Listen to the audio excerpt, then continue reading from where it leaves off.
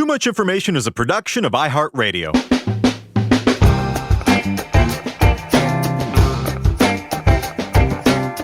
Hello, everyone, and welcome to Too Much Information, the show that brings you the secret histories and little-known facts behind your favorite music, movies, TV shows, and more. We are your captains of comprehension. My name is Jordan Runtagh. And I'm Alex Heigl. That was a good one, right? Yeah, I'll give you that one. Thank you. Thank you for joining us for part 2 of our trilogy detailing the making of my beloved Titanic, which recently turned 25 years old. Our previous episode covered the film's lengthy pre-production, in which James Cameron dove 2.5 miles beneath the North Atlantic to film the wreck of the great ship, and also assembled his cast, which, in the case of Leonardo DiCaprio, took some serious convincing. Today, we're going to discuss basically everything you saw on the first VHS of the original 90s release. Real ones know what I'm talking about. Basically, everything up to the moment the ship hits the berg. We'll go deep. See what I did there? We'll go deep on James Cameron's insane mission to essentially reconstruct an almost full-size replica of the ship, which he could then sink over and over, costing upwards of $200 million and the sanity of the hundreds of people on his crew. As a mega Titanic nerd since long before the movie, JC will have my heart forever. What about you, Heigl? I mean, you don't, it's like arguing with the sun, right? Like, what are you going to say about James Cameron, the most money-making, crazy filmmaker of all time? Like, he's like not a fun boss. Like, oh, well, he's made like 3 of the highest grossing movies of all time. 4 now, I guess, with the new Avatar? With another Avatar? Yeah, like, what are you gonna do? Fight City Hall? Old man yells at son. Crew member yells at James Cameron. All these people who were like, do you follow like the box office prediction number wonks? No. All these people who are like, yeah, you know, Avatar 2 is going to have this big drop and it's going to drop off and blah, blah, blah, blah. And then all these other people come out of the woodwork that are like, don't bet against James Cameron. It's like, no shit, don't bet against James Cameron. Like, why do you feel compelled to defend him? He's like on the Mount, he's Mount Rushmore of blockbusters, you know? I don't know. Do you ever feel like he should be more famous than he is, considering... No? Okay. No. Even though maybe this is just a personal thing, I don't feel like he's spoken about in like Spielbergian. He's not, and I think terms. It's so much of that is him. Yeah. He's not like a cuddly, twinkly like sentimentalist with a cute beard who wears flannel, you know, or like an arch removed intellectual auteur like Kubrick. He's just like. He's like Vince Lombardi or like Bobby Knight, you know, like he gets results, but he's unpleasant. And I think everyone knows that. But yeah, man, you can't argue with that record. It's like, I don't know. I do wonder how much of it comes down to the personal thing. I mean, in the like film nerd, very limited film nerd circles I run in, he's not really thought of as like a camera work guy. Like he doesn't have like particularly, you know, like you talk about like Wes Anderson with like the perfect like symmetrical tableaus, or Darren Aronofsky with like the editing, or like different people with long takes and split diopters, the Scorsese zoom. Like I don't really think that there's like a set of like visual cues that people can easily glom onto in his work. I might be talking out of pocket there. I didn't go to film school, but yeah, I think he's less of a visualist than more of just like a total package auteur. And I mean, like Stephen Lang said, the only 2 things he can't do are cater and act. So he's just the total. I think maybe that's why he's not thought of as like a pure artiste. It's because he is just the total gestalt of films that make so much damn money. I love the minor revenge that his crew takes on getting these like passive aggressive t-shirts made. Like in the last episode we talked about how I think the crew on Terminator 2 had t-shirts made that read, "You can't scare me, I work for James Cameron." And we'll talk about some other passive aggressive t-shirts that the Titanic crew made on this episode. When I was a kid, I had one on the making of Terminator 2. And I think either he was wearing one or there was one that was like mentioned in an on-set report that like always made me laugh as a kid, which was, if assholes could fly, this place would be an airport. I don't know if he was wearing that to get back at the crew or it was just like an on-set probably crew just had joke. it. Yeah, it's true. This is a belief. It's just a motto. It's the personal daily affirmation. Oh boy. Yeah, I don't know. I mean, it's it is interesting to think about. I guess he's like Stephen King, man. I mean, or yeah, that's a good. Or James Patterson, or like, I mean, he's a better artist than James Patterson. James Patterson doesn't write particularly well, but I would compare him as to like Stephen King as like someone who's like, it's like the Fifth Element, you know? He's just like another. He's like a part of the pop culture air, less than he is a working mechanism within it, you know? Well said. Yeah, I like, because it's such an interesting question. I love talking about it. I mean, because yeah, he's, when you think about like the people that film Twitter really like nuts over, I don't really see people being like, oh, James Cameron's visual language is so specific and detailed, and I love his camera movements and the pace of his editing. It's, everyone's just like, no, he just makes incredible blockbuster films. World builder. Yeah. But then I don't know if the world building actually works. Like, other people really out there who are like whole hog on like the Na'vi, like the world of Avatar, like, You staring back at me, trying to pronounce Na'vi. not Na'vi. I guess I'm talking more specifically about rebuilding the Titanic, I suppose. Yes, no, I mean literally building worlds. Yeah, but I mean, I don't think I think the Avatar home run swing to create like a Star Wars universe. The only character I know in Avatar is Jake Sully, which is just so fun. Which is the only reason, like, it's the bland like lead, and the only reason I know that is because they all have like Na'vi names, and there's all this. You get all the world of Pandora and anything, and then your protagonist's name is Jake Sully. And they all just South Boston. they all just call him Jake Sully. God, that movie would be so much funnier if he had like a screaming Southie accent. I'm not gonna do one. Oh, yeah. It was like. Well, he puts his braid into the tree and he's like, "Say hi to your mother for me." That's my pitch for Avatar. Avatar 5, Southie. Avatar. You, tree. I mean, he's gonna die sometime. Someone's got to make 5. That's true. Maybe it'll be Ben Affleck. Oh, wow. Another champion developing bit. All of this is verbally contracted, by the way. If I see Avatar 5 Southie pop up on SNL, I know someone owes me residuals on that idea. Well, megalomania aside, I feel a real kinship with James Cameron over Titanic. Time travel's always been a big thing for me. I don't know where that came from. And as a boy, I watched a movie called Somewhere in Time, in which the main character, played by Christopher Reeve, wills himself back in time through self-hypnosis. He dresses in vintage clothes and surrounds himself with period items to complete the illusion. And in a funny way, I sort of subconsciously adopted this approach as a kid. I went to antique stores and flea markets and bought all kinds of vintage toys and old magazines and radios and anything from the mid-century, from the time of my beloved Beatles, just to fill up my little room, reasoning that if I couldn't actually go back in time, I'd bring the time to me. Through meticulous research, I hope to recreate elements of existence in the 60s and experience it for myself. See what they saw, do what they did, hear what they hear, watch what they watched. And it was an interesting adolescent thought experiment. You know, if you could theoretically get all the elements exactly right, what's the difference? The only giveaway is the calendar. This was years before M. Night Shyamalan made The Village, I might add.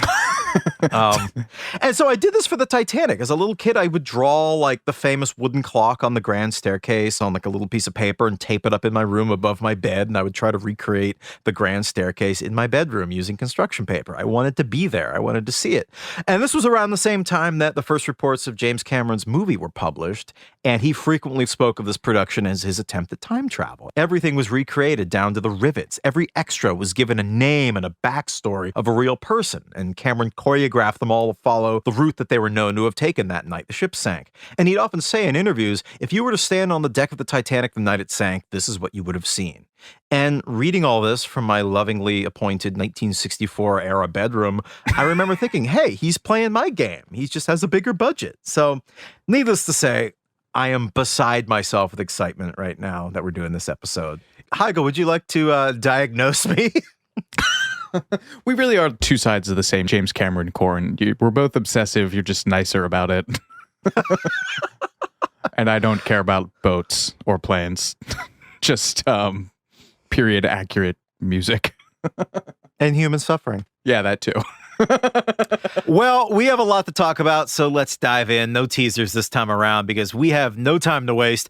Without further ado, please enjoy the second installment of our 3-part episode sharing everything you didn't know about James Cameron's Titanic.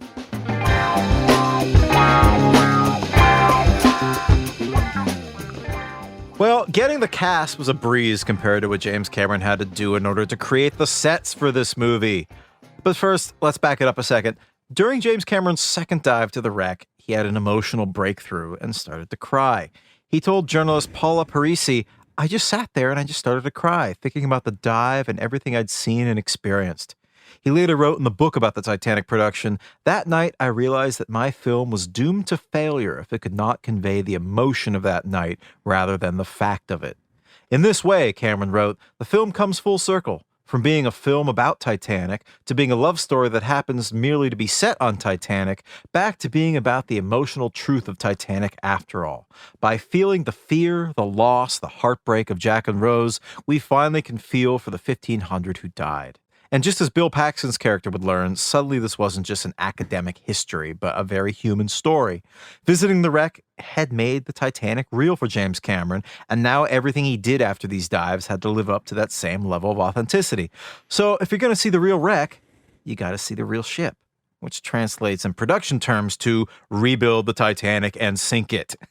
Told another way, James Cameron's catharsis meant months of living hell for a crew the size of a small town.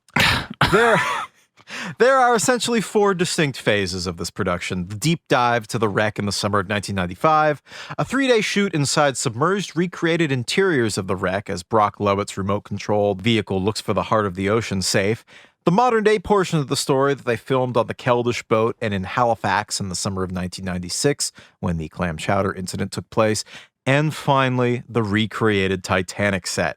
Obviously, the latter was the phase that was the most difficult. Shockingly, the most cost-effective way to make a movie that took place on a ship and involved characters going all over said ship was to actually build a substantial portion of the ship and then sink it. There was no studio in the world that was big enough or had facilities capable of staging this on the scale that James Cameron wanted. The Titanic was 882 feet long and 92 feet wide. There aren't really any pools the size of 3 football fields out there. So, they had to get creative. There were early talks with a Polish shipyard about building a full-scale replica of the ship for the purposes of being sunk on camera. Shockingly, it wasn't the cost that was the problem, but the shipyard, perhaps understandably, couldn't promise to get it all done on time. In real life, the hull of the Titanic, and that's not including any of the rooms and the fittings and all that stuff inside, just the hull took over 2 years to build. So that plan with the shipyard was scrapped.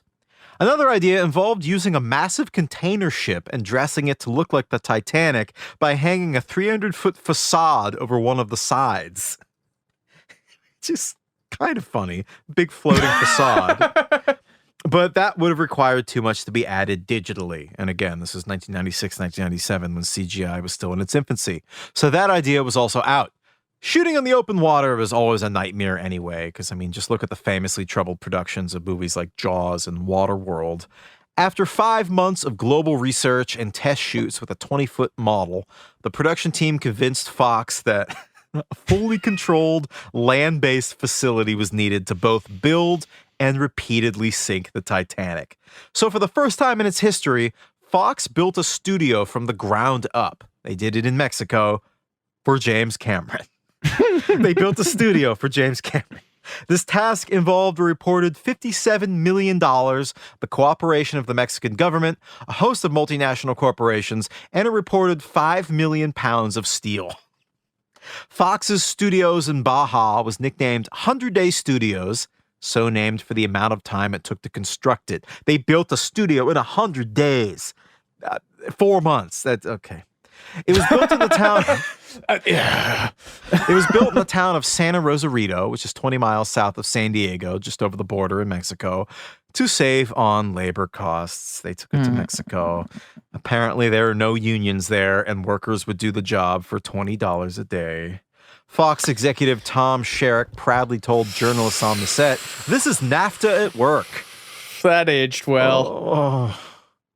The brilliant Sarah Marshall, who is the host of the podcast You're Wrong About, has an incredible long read in BuzzFeed about the making of production. And she notes in this piece that this is a noteworthy detail, the whole going to Mexico for cheap labor thing, considering the movie in question is, quote, so concerned with the politics and hierarchies of labor, and Titanic never for a moment lets you forget that the captain's pleasure in his unsinkable ship is powered by the sweat of the stokers in the hold.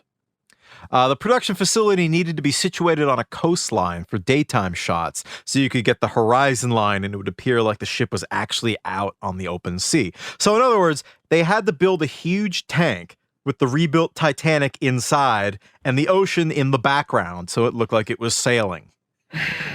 Does this make sense? It's hard to describe without visuals here. Building a bathtub in the ocean. Building a bathtub on the beach, really. On the beach. So that the ocean was in the background so that when you shoot it level on the ground, it looks like you're in the middle of the ocean and the ship that's in the tub is sailing. Fox purchased 40 acres of waterfront in Mexico, and Jim brought down this 20-foot model of the ship and moved it around their gargantuan new property to figure out where the best natural lighting conditions were, and also winds, so that when the smoke came out of the smokestacks, it blew backwards without the aid of fans to create the effect that the ship was moving forward.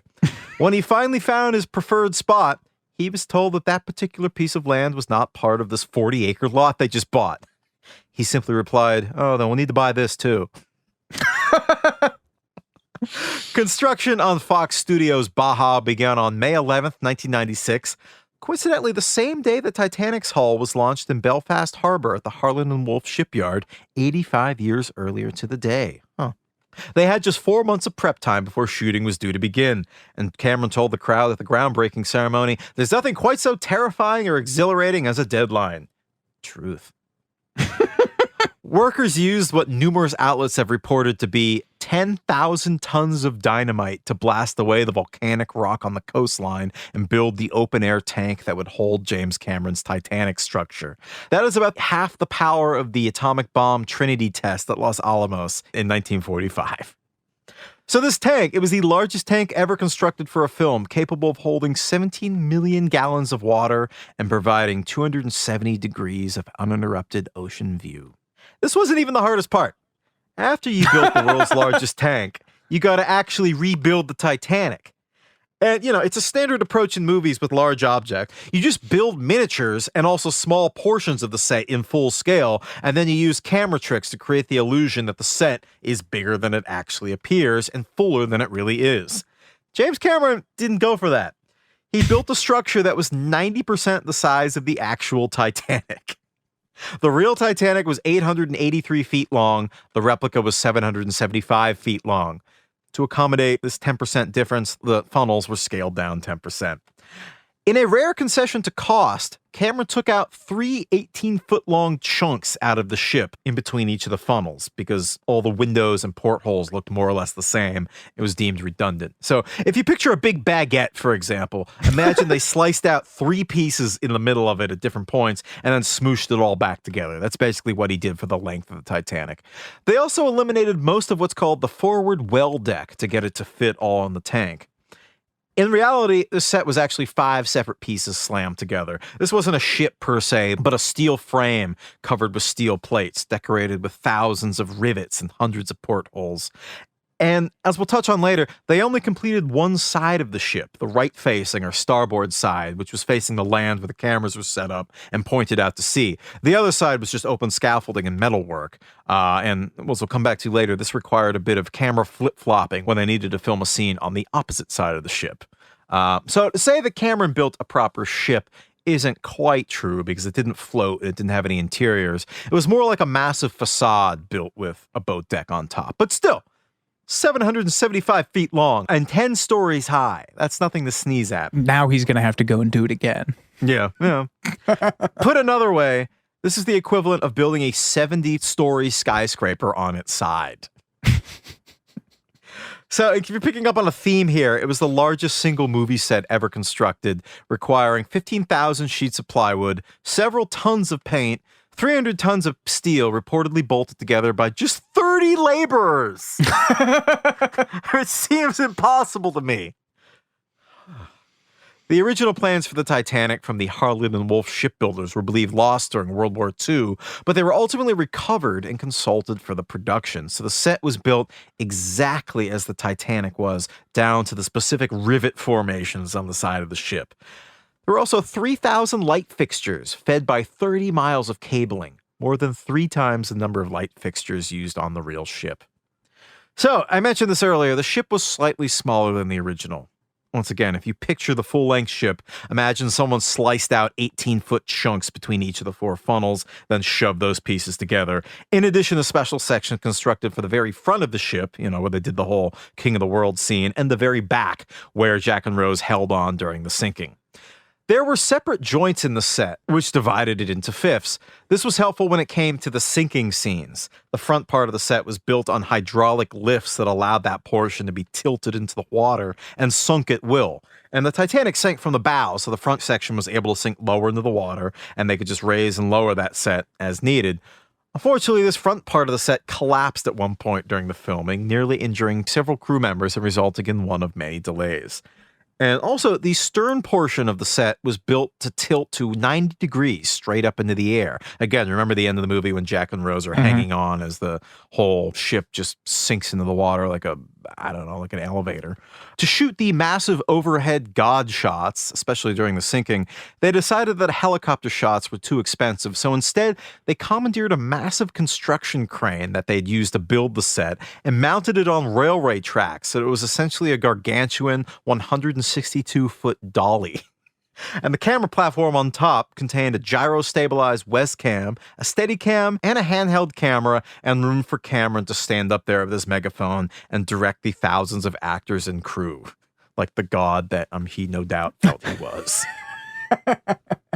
I might have to re-record some of that because it's so insane. But yeah, the scale of this, to say nothing of the audacity, is awe-inspiring. I like to quote from John H. Richardson's piece for Premiere Magazine in December 1997 called "Inside the Punishing Dictatorship That Was James Cameron's Titanic Set." It's currently available on Deadspin. Until we can put pictures in podcasts, this will go some way in conveying the scope of this set. From a mile away, you see the 4 Titanic funnels. The driver kills the lights as he passes the security gate into the Titanic campus, 40 acres of instant movie studio, complete with 3 sound stages, 32,000-foot wet stage with 5 million-gallon tank, production offices, construction shops, dressing rooms, and various other buildings. All of this face a 6-acre, 17 million-gallon outdoor tank, the largest in the world. It's not a set, it's a city. It's so large, there are lights on it to warn low-flying airplanes. In the center of it all, the Titanic, built to 90% scale from the original plans, portholes gleaming against the black Pacific. It is a vast and magnificent thing, long as 3 football fields and tall as a giant redwood. Filming on the set began on September 18th, 1996, and by my count, wrapped 7 months or 164 days later on March 22nd, 1997. During that time, some crazy stuff would go down. As you meditate on that, we'll be right back with more Too Much Information after these messages.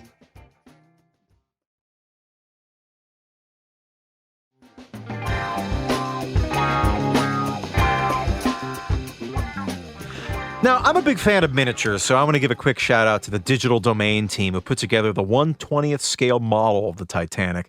It took a crew of 26 people to craft this piece that was 45 feet long, 17 feet tall, and 10 feet wide. It was so big that there were actually interior rooms that were built and furnished because they would be seen when the ship was lit up for night scenes.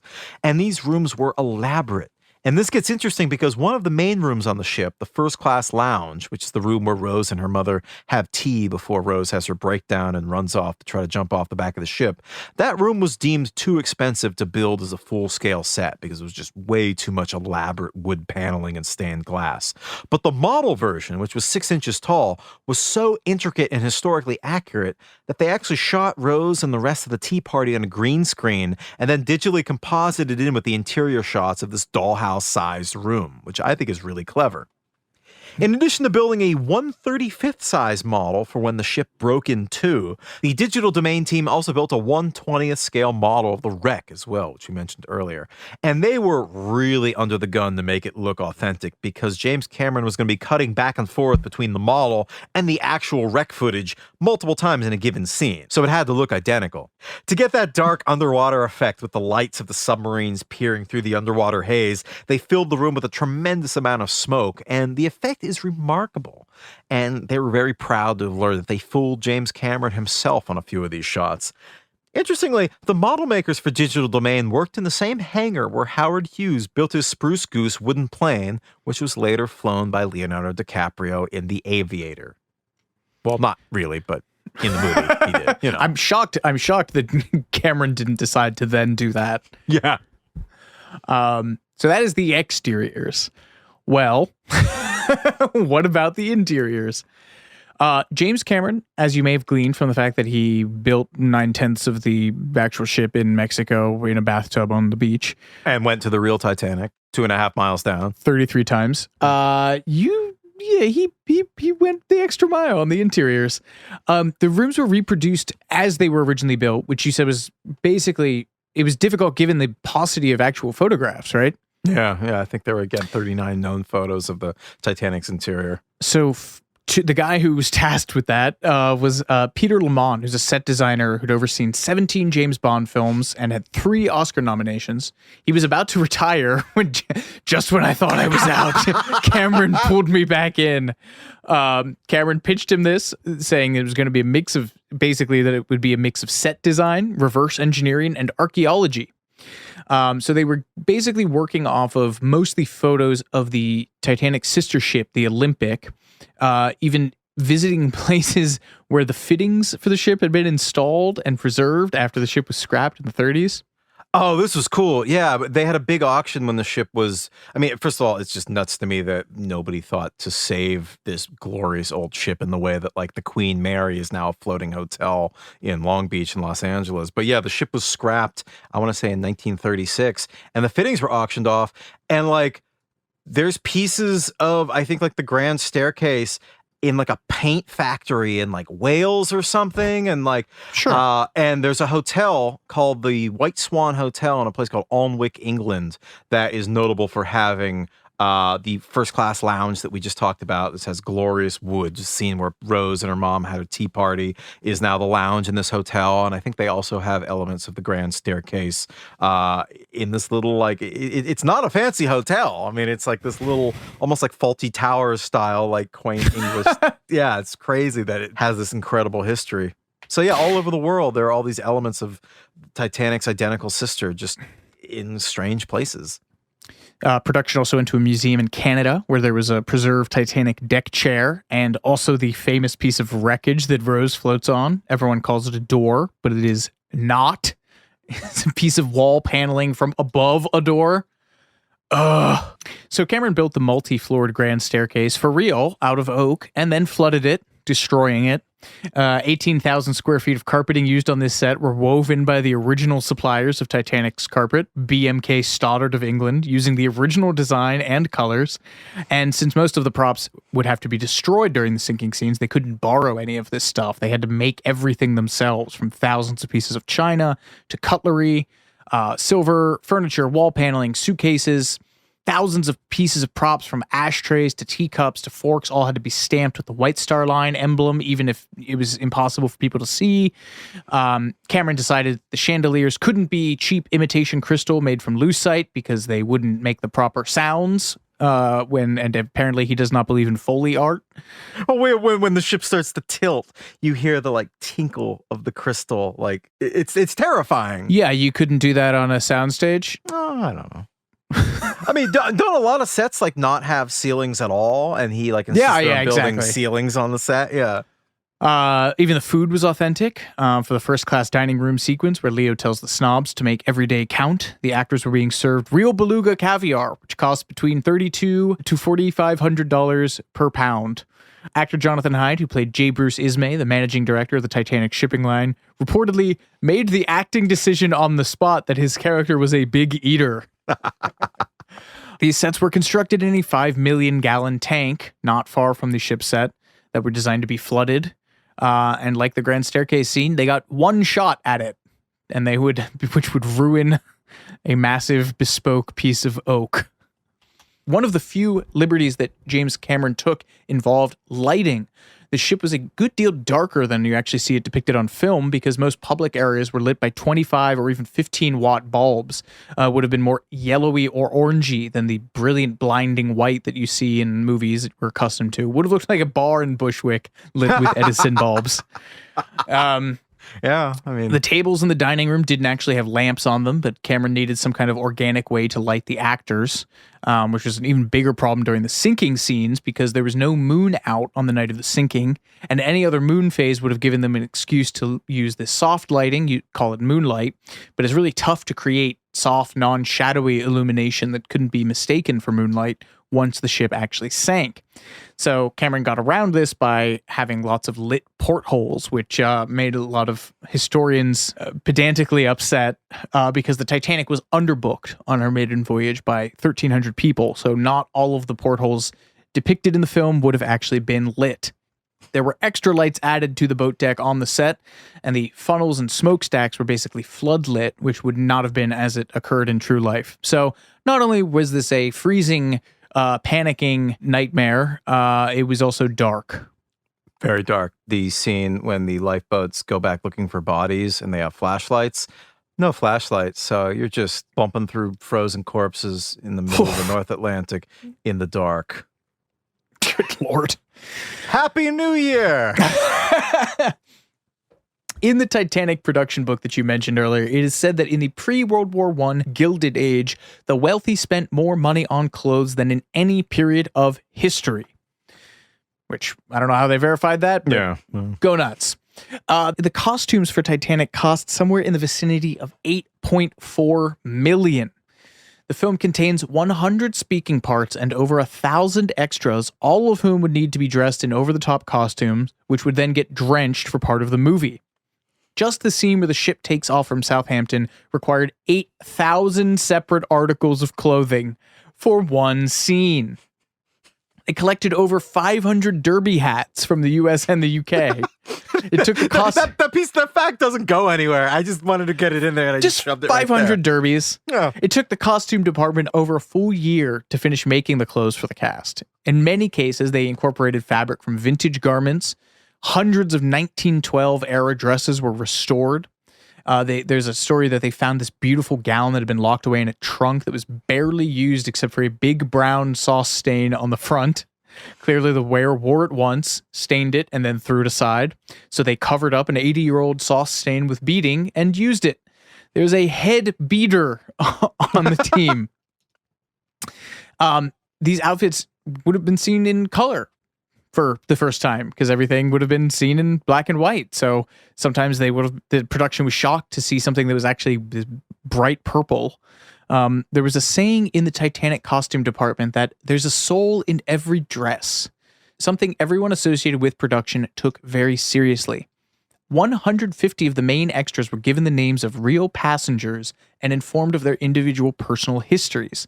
This would get even more poignant when the sinking occurs. A full-time etiquette coach was hired to instruct the cast on era-appropriate manners among the upper class. And for the extremely pedantic of those among you, Rose's mother actually makes a minor Edwardian-era faux pas when she's having tea.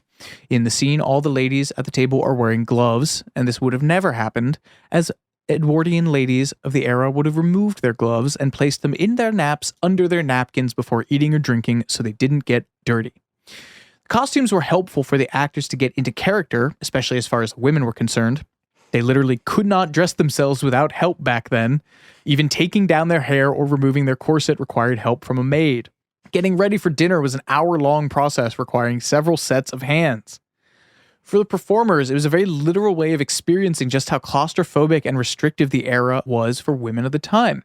Cameron would later say that the movie pivoted on the end of the Edwardian age and the death of the old overt repression of women and the beginning of a more covert repression of women. It's a good quote. Yeah. Interestingly enough, respectable women in 1912 rarely wore makeup, and certainly Respectable in quotes, I should say. Well, yeah. Certainly nothing as bold as the face that Rose or even what her mother wears in the film. At the time, red lipstick was associated with the suffragette movement as a radical act of feminist rebellion and protest.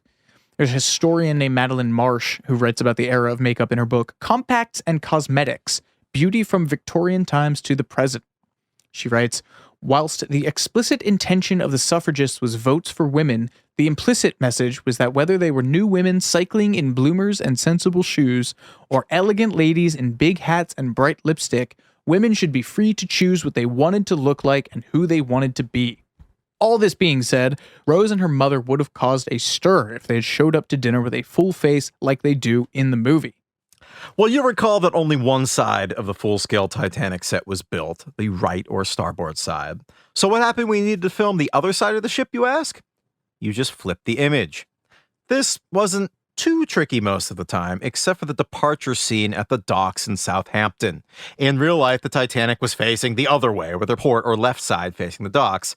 Obviously, James Cameron was a stickler for details, and he wouldn't be able to live with himself if the Titanic departed from the wrong direction on the dock.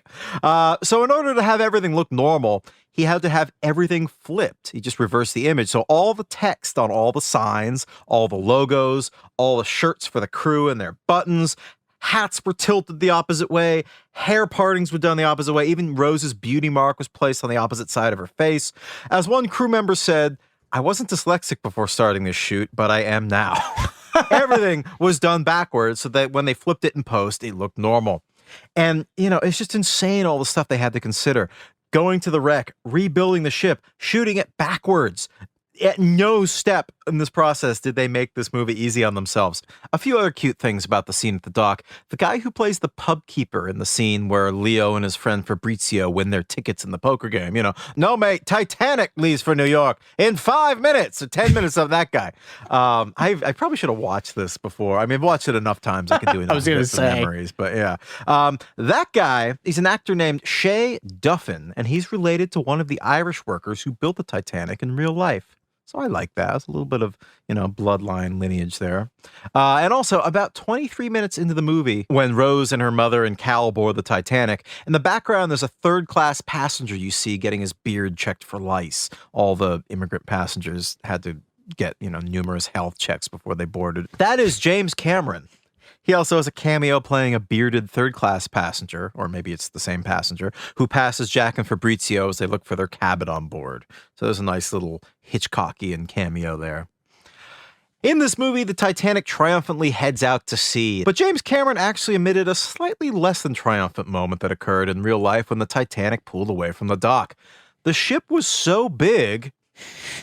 How big was it? Thank you. It was so big that the suction from its propellers drew in the nearby boats, and the mooring lines on one ship actually snapped and drifted towards the Titanic, and there was very nearly a collision. And the ship was called the New York, which is sort of spooky considering the Titanic was headed for New York and never made it.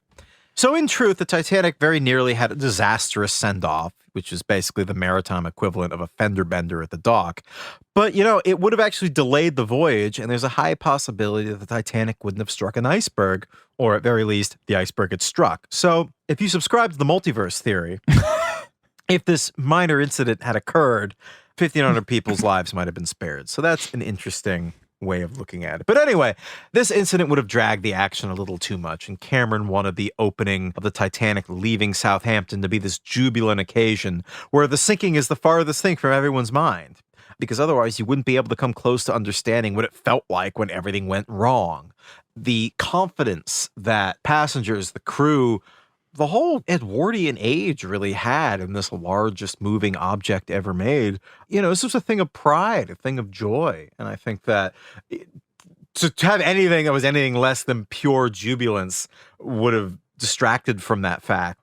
The opening shot of the ship sailing, the "Take her to sea, Mr. Murdoch, let's stretch her legs," that was known as the $1 million shot. And not just because that was nearly what it cost to do. The producers later said that making the Titanic sail in this scene took pretty much every special effects trick in the book, plus a few they had to invent. They filmed on the massive Titanic set and composited literally hundreds of elements, ranging from digital birds, computer-generated water, smoke, and a waving flag. They had extras waving in an empty parking lot, green screened in to look like they were waving goodbye from the dock. There were motion-captured digital people that they added to populate the ship, which these days look like The Sims or something. It's not very good.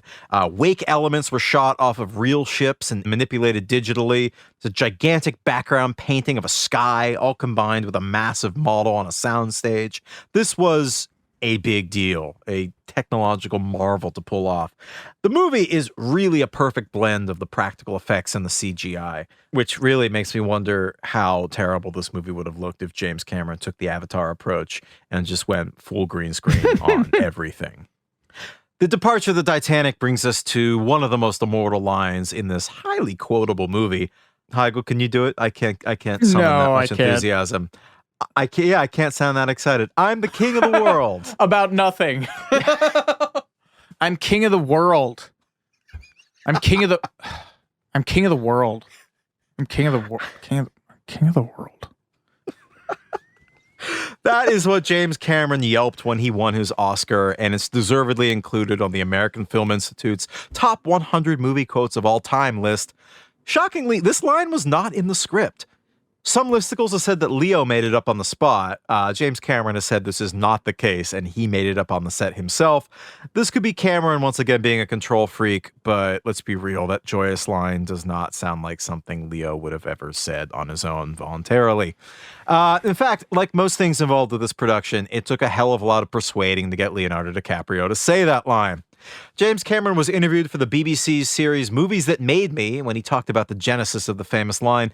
It was made up on the spot. I was in a crane basket and we were losing the light. I had tried this and we had tried that, tried this line and that line, and I was just coming up snake eyes. In other words, it sucked. And I said, all right, I got one for you. Just say, I'm the king of the world. And just spread your arms out wide and just be in the moment and just love it and celebrate it and love it. And he goes, what? They're doing this all over walkie-talkie as Cameron's up in the basket and Leo's dragging his feet. Just say I'm the king of the world, but you got to sell it. and Leo goes, what? And I said, just sell it. And God bless him, Leo sold it. Titanic has other improvised moments as well, like the scene where Jack teaches Rose to spit. And also when Rose spits in Cal's face. Rose was supposed to jab Cal with a hairpin, but spitting was much more dramatic. Apparently, Billy Zane's surprise reaction shot is authentic. And when they reshot Kate's close-up, they were initially going to have her spit egg white so it would show up on camera better, but ultimately they had her spit KY jelly. Gross. Yes. Also, this is weird. The line that she says in that scene is, I'd rather be his whore than your wife. Mm-hmm. That's a line that was spoken by Peggy Lipton in an episode of Twin Peaks. And bizarrely, or perhaps not bizarrely, both Billy Zane and David Warner, who played Cal's valet Lovejoy, this kind of toady character, both appeared in that episode of Twin Peaks as well. So that's very interesting to me. Maybe that's something they brought to the scene too. Kate Winslet had another great ad-lib as the ship was sinking and she and Leo found themselves hanging on to the back of the boat. Jack, this is where we first met. She ad-libbed that. It's where they first met all of 2 days ago. Anyway, that was from Kate Winslet. And also apparently the scene where Rose seeks out Jack to thank him for saving her life and they talk on the deck and just kind of shoot the breeze, really. Most of that scene was ad-libbed. That's the one where he teaches her how to spit. Spit! It's where we came in. As I continue to get even more granular, I wanted to talk about a few other things, namely the various honorifics used in conjunction with Titanic. Old Rose says that Titanic was called the Ship of Dreams. No one, to my research at least, ever called her that at the time. Things get even more tricky when it comes to Titanic's reputation as the supposedly unsinkable ship. Obviously, this makes for such a great story, a beautiful metaphor for mankind's hubris and arrogance in the face of nature, making this ship that they believed was unsinkable. But were people actually going around calling her unsinkable? The answer is sorta. There were news articles written around the launch of the Titanic and her sister ship, the Olympic, that used the word, but always with qualifiers. There was a contemporary article in Shipbuilder magazine that called the ships, quote, practically unsinkable, whereas another piece in the New York Times labeled them, quote, almost unsinkable. In modern times, the pendulum has swung too far in the opposite direction, and people say that nobody actually thought the Titanic was unsinkable at the time, and it was just historical revisionism because it made for a better story. But that's not quite accurate. There was definitely an implication back in 1912 that the Titanic was unsinkable. A deckhand aboard the ship supposedly delivered the famous line to a passenger, which was later said by Cal, "God himself cannot sink this ship." And even Captain Smith was fond of calling his ship unsinkable. And when the first spotty news reports started coming in over the very primitive wireless about a problem with Titanic before they knew that it had completely sank, the New York head of the White Star Line, Philip Franklin, told the press, "There is no danger that Titanic will sink. The boat is unsinkable, and nothing but inconvenience will be suffered by the passengers." And when he learned the bad news that the ship was now sitting at the bottom of the ocean, he tearfully told the press, "I thought her unsinkable. I base my opinion on the best expert advice. I do not understand it." But this is all depressing. So let's pick it up. Yes, one of the most life-affirming scenes in the movie. Let's go to a real party. The dance down in the third-class general room with music courtesy of the band Gaelic Storm. Do you remember them? I do remember this whole boom era for like Gaelic music in the 90s. It was like Lord of the Dance, Michael Flatley, and I think I don't know where Enya, yeah. To a lesser extent, Dropkick Murphys, Flogging Molly. Oh yeah. I think they were Dropkick Murphys formed in like the mid 90s in Boston, but yeah, we had a whole even earlier. We had a whole Wither the Dropkick Murphys. Wither Michael Flatley. I mean, being from outside of Boston, I wasn't sure if that was just like the Irish influence in the area, but apparently there was the mid to late 90s was a real boom time for Irish folk music. Well, sadly, no such dance ever took place. They were too beaten down. In reality, the third class accommodations were segregated by gender, so a party like this never would have happened. But that dancing scene is such a perfect tonal anecdote to the boring world of first class. It's a celebration of these people embarking off to pursue a new life, putting aside their friends and family to go make a fresh start of things, which we know how that turned out. If you were a male in steerage, you had a 1 in 10 chance of surviving the sinking of the Titanic. Jack and Rose try and dance the polka, which is the official state dance of Jack's home state of Wisconsin. Friend of the pod, the polka. Leo apparently loved to tease Kate Winslet about the side of her feet, which he would refer to as canoes. She later said, "We would sit on the floor and he'd go, 'Come on, sweetie, foot to foot.' And I'd put my foot up and he would just fall about laughing because my feet are exactly the same size as his." You do not tease a woman about her shoe size or foot size. That's not okay. Cher is still haunted by when she was at this a screening of Moonstruck and someone laughed at the size of her foot. Was it size? I thought he was like, "That's a really long, thin foot." Length, size, semantics. Yeah. We talked about this. Foot shamed. Exactly. Quentin Tarantino can be. We talked about this in the Parent Trap episode, but the little girl with curly hair in the scene, Cora, Jack's best girl, she was originally supposed to be played by Lindsay Lohan, but James Cameron recast her because he was worried that her red hair would confuse viewers into mistakenly believing that she was related to Rose and her mother. In the beginning of the movie, the submarine cameras spot a doll face buried in the sand in the debris field, which is later revealed to be Cora's doll, which is a nice poignant little touch. That was based on a real incident when the man who discovered Titanic, Dr. Robert Ballard, was in the midst of an early dive and looked out of his porthole to see a small porcelain face staring back at him, which understandably scared the shit out of him. Can you imagine being at the crushing depths in utter darkness and looking over and seeing a doll's face peering out of that at you? My soul would leave my body. At first he didn't realize it was a doll, which made it so much worse. Because they weren't sure. I'd have a heart attack. How would you do? What do you do? You're already enough anxiety coursing through your body to power a small country, and then you look over and you see a perfectly white face peering at you. Oh my God. Oh, I'm gonna have nightmares about that tonight. Because I gotta send it to you. There's a picture of it. I want your live reaction. Oh, God. Oh. It's somehow worse than I remember. Well, but before I send this to you, this was one of his earliest dives, and I don't think they were sure about whether or not there would be bodies down there because it's so deep that it's freezing, and they're not really like grinds the bones into dust. Yeah. Well, no, not even that. It doesn't grind the bones into dust because you become pressurized as you sink down there.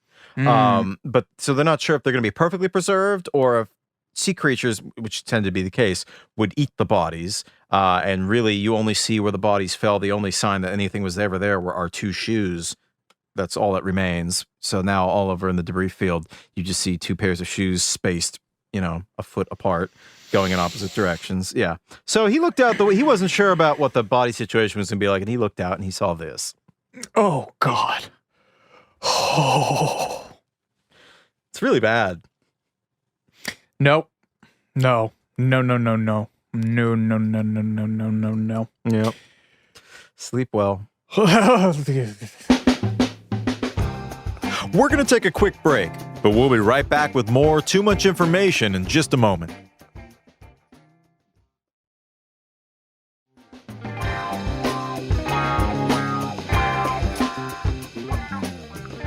Let's try and pick this back up. The famous "I'm flying Jack" scene at the front of the ship. No, there we go. During the last sunset that the ship would ever see. I did it again. That sunset is not, in fact, CGI. It was real. Cameron said he was always drawn to the bow of the ship because that's where the rubber meets the road. Okay, Jim.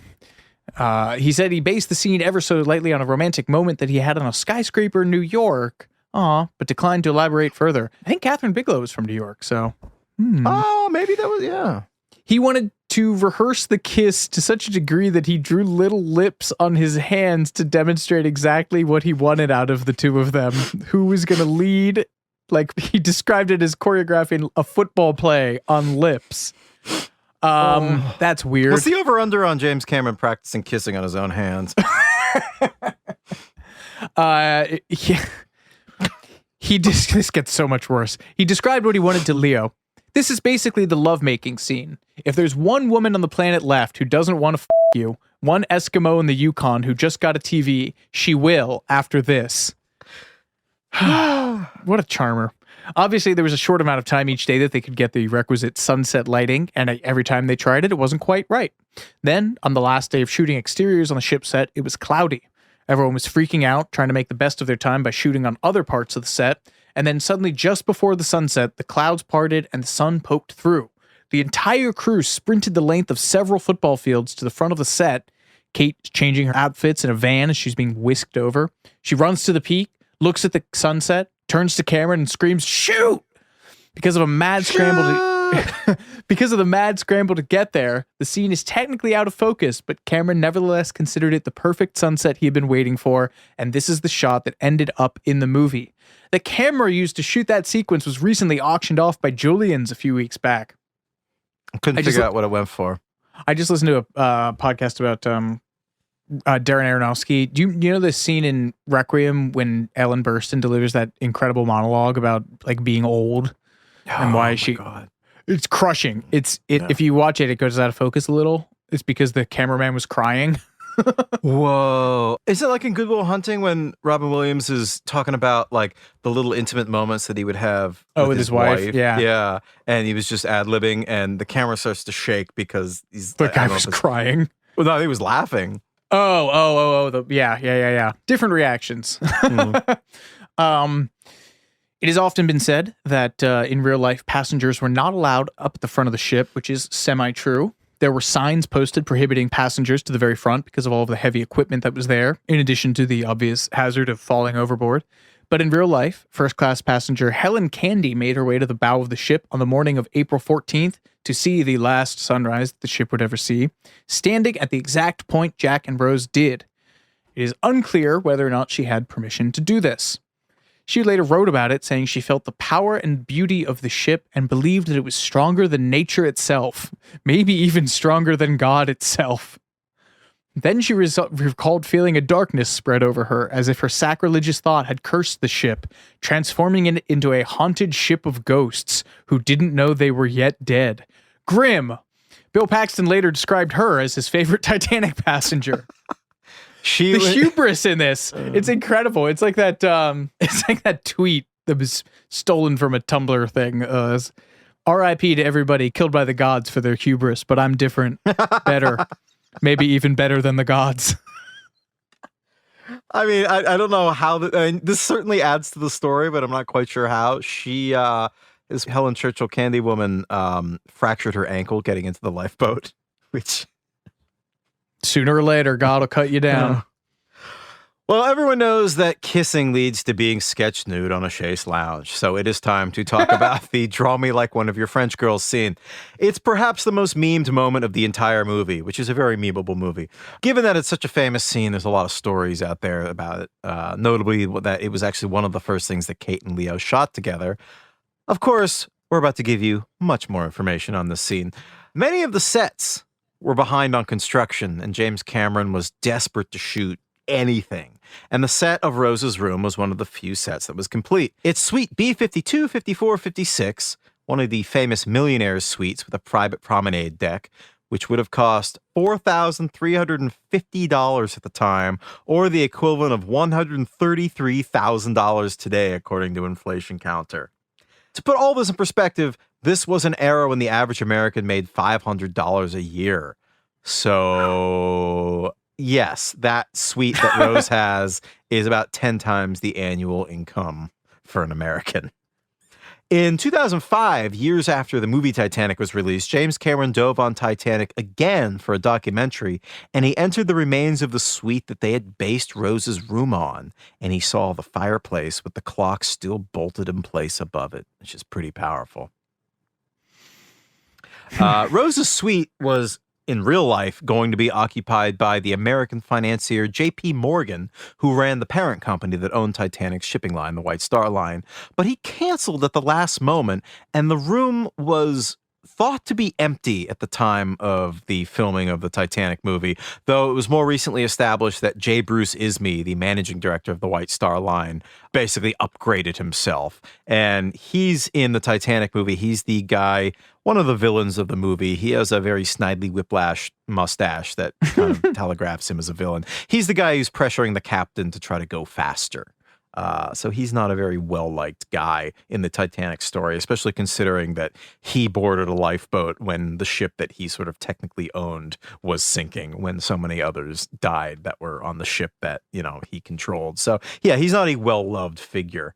There's a conspiracy theory about J.P. Morgan canceling his trip on the Titanic that I'll try to do this roughly off the dome. It's almost all certainly bogus, but it's fascinating anyway. It's a documented fact that there was a coal fire in one of the Titanic's coal bunkers when the ship launched. This was relatively common on ships, but not great to put passengers on a ship where there's a fire burning uncontrollably. Metal room, but still. There's a theory that J.P. Morgan canceled because he didn't want to be on board a ship that was technically on fire. And according to this half-baked theory, which again sounds cool but doesn't really hold up, the crew was speeding across the Atlantic, and Ismay was pushing the captain to go faster, and they were speeding across the Atlantic for two reasons. One, they wanted to get to New York early the night before they were expected so that fire trucks could pull up under the cover of night, and they wouldn't be able to be photographed in the dark, and these pictures wouldn't be put in newspapers, and all these rich people wouldn't find out that they had been put aboard a ship that was technically on fire. Also, in order to fight the fire, the stokers supposedly had been shoveling the burning coal into furnaces to burn the fire away. What's the science there? So you've got piles of coal that are going into a boiler that's kind of next to it, and you're shoveling the coal into the boiler. If there's a fire and the coal stands to get set alight in the fire, you want to get rid of the coal as quickly as possible. Again, this is a bad theory, but go with me here. Okay. So the theory is, the soakers shoveled as much coal as possible into these boilers, which would then make the ship go faster. That's what, lighting more boilers makes ships go faster. And that could have been the reason for the speed of the ship as well. They wanted to get to New York sooner, and they were going fast because they would lit more boilers to try to burn through this coal so it wouldn't catch on fire and this fire would go out. In addition to burning all this extra coal, it also, according to this theory, again, meant that the heating system was kicked into overdrive, which meant that passengers opened their portholes to let cool air in. There were no thermostats on the Titanic. It was either off or on. So you have this fire, which made the ship's owners head full speed into an ice field. And then they hit an iceberg, which meant that as the ship settled lower and lower into the water poured into the portholes that were left open because it was so hot. The iceberg damage, although it occurred over a 200 feet gap, these holes were just a couple of inches wide, and collectively it's believed that all the holes that sunk the Titanic were collectively only about 12 feet total. So every one of these 1 or 2 foot wide open portholes was a big deal. The Titanic would have sunk anyway, but the portholes almost certainly did contribute to the sinking of the ship and the speed that it did so. This theory doesn't hold up to a tremendous amount of scrutiny, and there's a possible chance I'll just cut this whole segment, but there was indeed a coal fire. Isn't that wild? Yeah. I don't like that. None of that. I don't like any of that. Boarding a ship already on fire. I mean, that is true, but it's something that was relatively common. There are all these theories that the fire weakened the steel. Yeah, I remember hearing that. Which Is that not it true? doesn't really, no. Anyway. Coal fuel can't melt Titanic beams. There it is. Oh. Anyway, back to the drawing. Having his leads shoot a nude scene on one of their first days on the set is obviously less than ideal, but James Cameron said it was good for having this kind of shy energy of young lovers getting naked together for the first time. It wasn't by any kind of design, although I couldn't have designed it better. There's a nervousness and an energy and a hesitance in them. Cameron then added, they had rehearsed together, but they hadn't shot anything together. And to break the ice beforehand, Kate apparently flashed Leo, and that's a fairly famous story.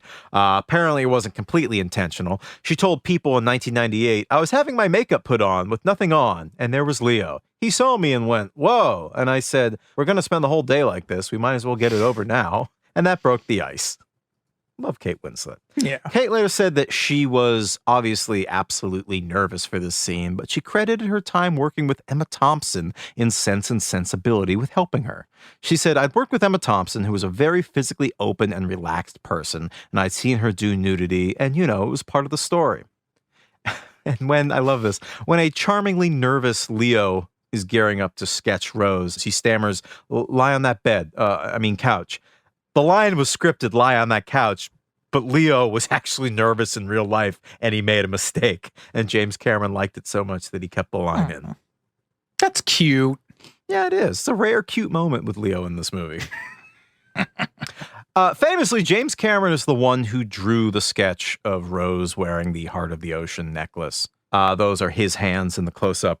Kate Winslet said in an interview with Colbert a few years back that Cameron had her pose in a bathing suit for the sketch, and then he elaborated from there. Cameron is left-handed, so once again, they had to do the whole flip-flop trick so it would come through as righty on the screen, like Leo.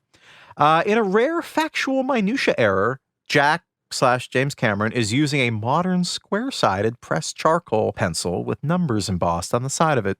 In 1912, Jack would have been using vine charcoal, which was round and made of charcoalized willow twigs. Yeah. The original prop sketch sold at auction in 2011 for $16,000, which kind of sounds like a steal. Do you think so? Fulfills, it's like a key prop for like one of the biggest movies of all time. Yeah, that's fair. Yeah. No, so that fulfills our It Belongs in a Museum segment for this program. But there are many, many duplicates of this drawing, as poor Kate Winslet has learned on a fairly consistent basis. She says that people approach her asking her to sign copies of the drawing, and the request makes her unhappy.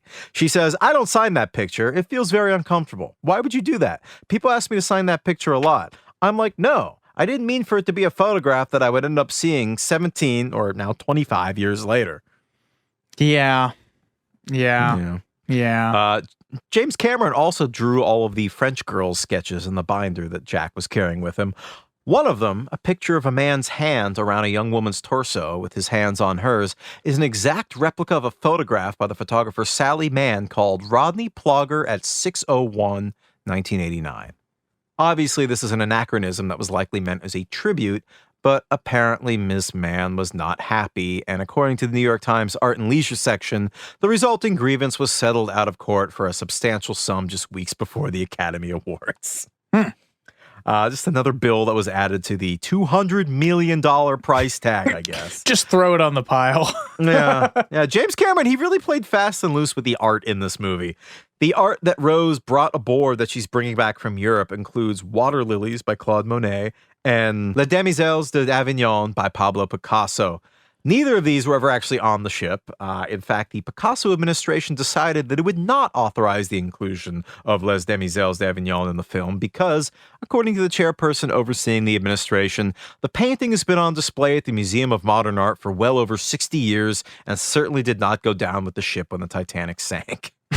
Then, this administrator bought a ticket to see Titanic a few weeks after it opened and was, quote, surprised to see that James Cameron had put the painting in there anyway, and even depicted it being submerged in Rose's stateroom as the ship sank. The chairperson said, "We negotiated a fee after the fact, which, as one could imagine, included a substantial penalty." The most famous and arguably important painting that was lost on the ship was called Le Circassien Auban by Mary Joseph Blondel, and the insurance claim for it was $100,000 or $2.6 million today, making it the most highly valued item lost during the ship's sinking, other than, human life. Yeah. Well, now to come to the other most iconic nude scene in that movie.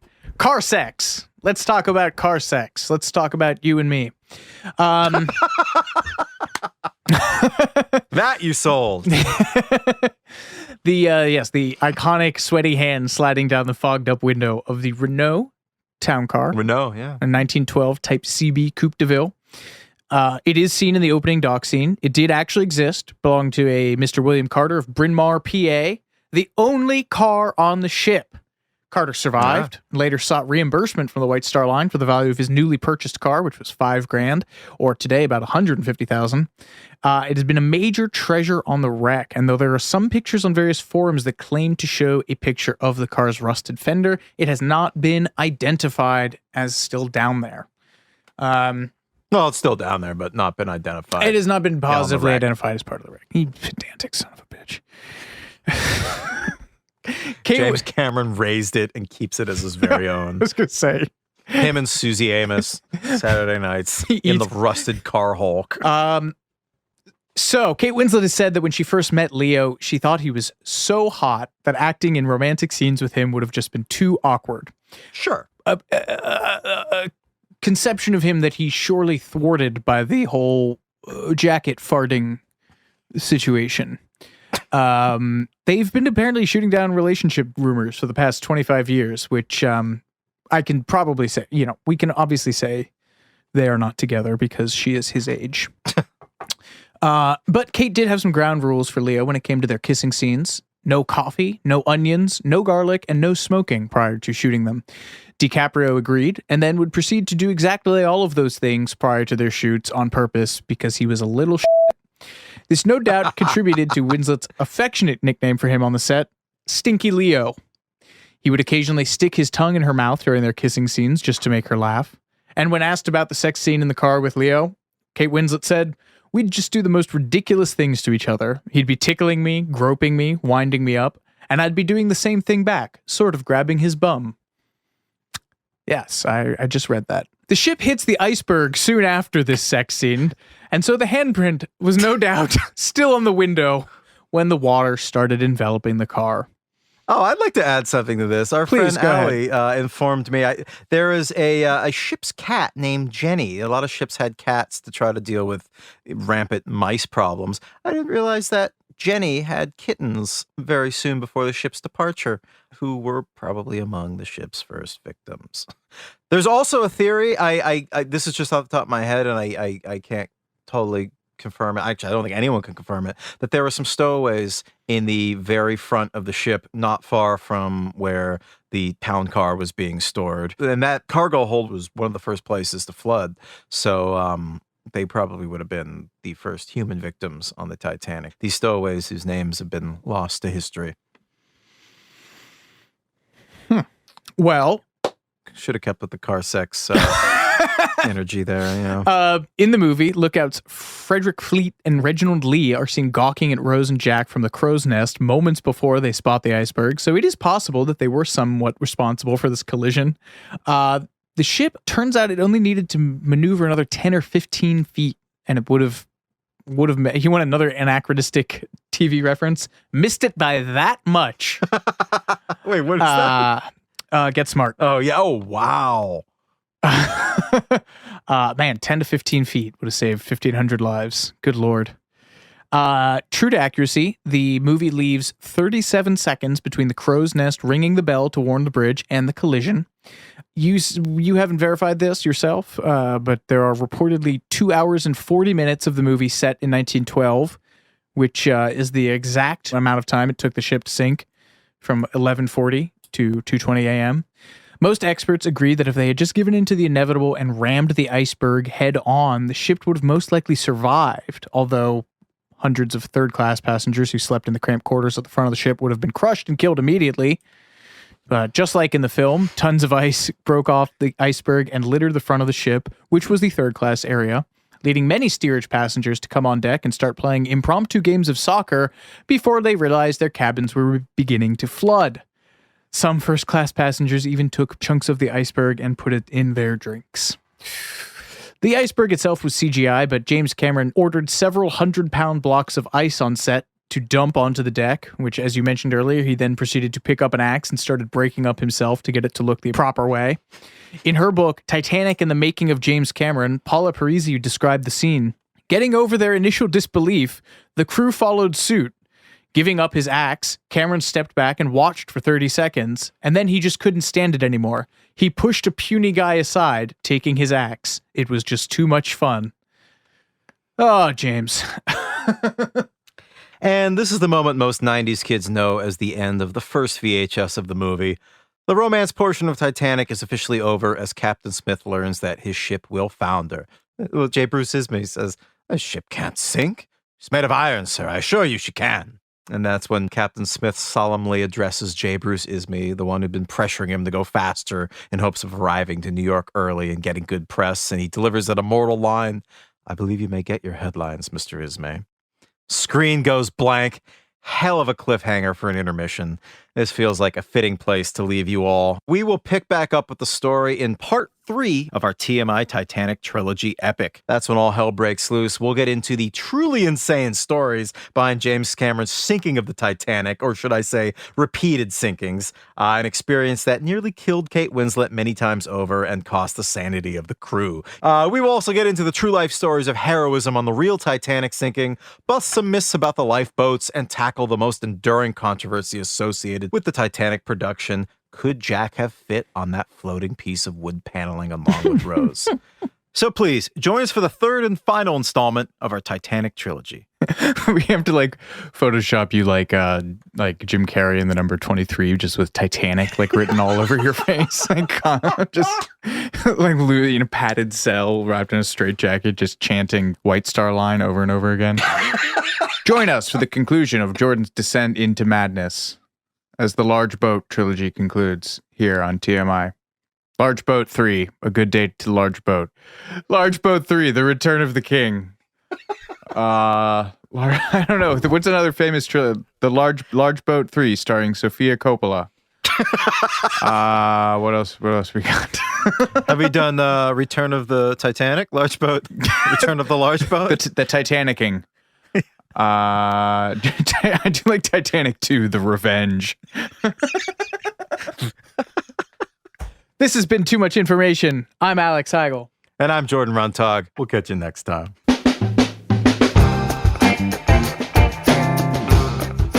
Too Much Information was a production of iHeart Radio. The show's executive producers are Noel Brown and Jordan Runtagh. The show's supervising producer is Michael Alder June. The show was researched, written, and hosted by Jordan Runtagh and Alex Heigl, with original music by Seth Applebaum and the Ghost Funk Orchestra. If you like what you heard, please subscribe and leave us a review. For more podcasts on iHeartRadio, visit the iHeartRadio app, Apple Podcasts, or wherever you listen to your favorite shows.